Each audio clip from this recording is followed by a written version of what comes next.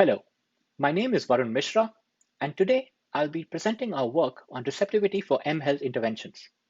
This work was done in collaboration with Florian Künzler and colleagues at Dartmouth, ETH Zurich, and University of St. Gallen.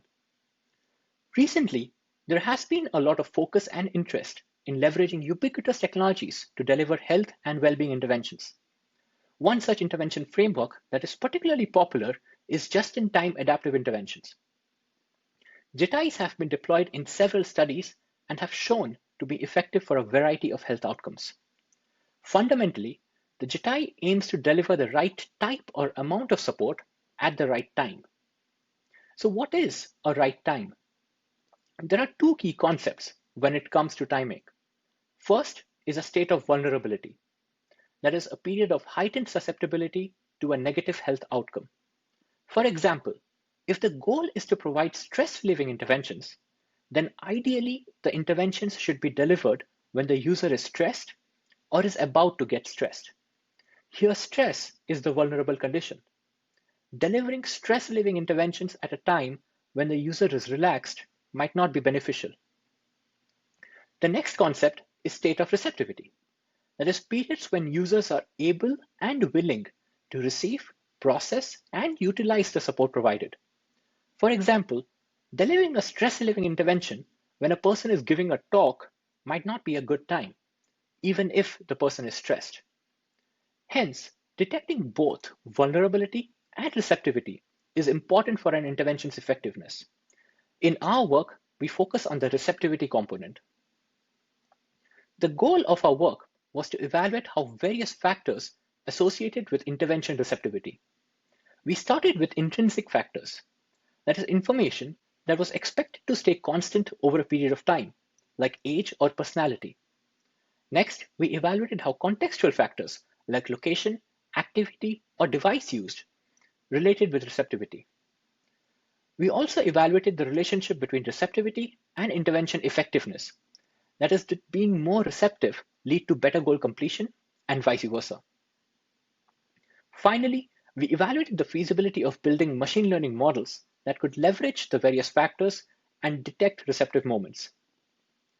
So we conducted a 6-week-long study with 189 participants in Switzerland, where we deployed a chatbot-based digital coach called Ali that provided physical activity interventions aimed to improve daily step goals. We built iOS and Android apps to deliver the interventions and to passively collect sensor data. Before starting the analysis, however, we had to first operationalize receptivity. Ali initiated each conversation with a greeting message, like good morning or how's it going. We defined several metrics to measure receptivity around these initiating messages. First is a just-in-time response. That is, did the participants reply to Ali within a short period of time? In our analysis, we used a window of 10 minutes. Next is response delay. That is the time taken to respond to the initiating message. Third is conversation engagement. That is, did the participant engage in a conversation with Ali?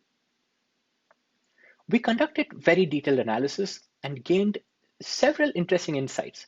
While we list some key points in this talk, we encourage you to read the paper for more thorough discussions and comparisons across the different dimensions of receptivity. For intrinsic factors, we found that in general, older people were more receptive to the interventions. We also found that several personality traits showed associations with receptivity metrics. One interesting example was that neurotic individuals were more likely to have a higher just-in-time response rate, but that did not necessarily translate to a higher conversation engagement. In the paper, we discussed the potential implications of these findings on intervention design. Next, we found that several contextual factors like activity type, location type, and device interaction showed significant associations with receptivity. For example, we observed that people were more likely to be receptive when they were on foot. Participants were less likely to be receptive in locations other than their home or work. Similarly, we found that participants took longer to respond when they were at work. Next, we found some interesting associations between receptivity and intervention outcome. We found that if participants were more receptive in a day, they were more likely to achieve their step goals by the end of the day. Similarly, if participants completed a step goal on a particular day, they were more likely to be receptive the next day. This suggests a cyclic relationship between goal completion and receptivity. In the paper, we provide an in-depth discussion about the importance of this finding. Finally, we built some machine learning models to detect receptivity and found that even with a fairly simple classifier with minimal feature engineering, we achieved improvements in F1 score of up to 72% when compared to a biased random classifier. Our results are very promising and show that it is indeed possible to detect receptive moments for intervention delivery. As next steps, we are currently deploying these detection models in other studies to see if the models are effective in the real world. We are also building better models that move beyond just momentary features and consider more temporal information. Thank you for listening, and please feel free to reach out to us for more details.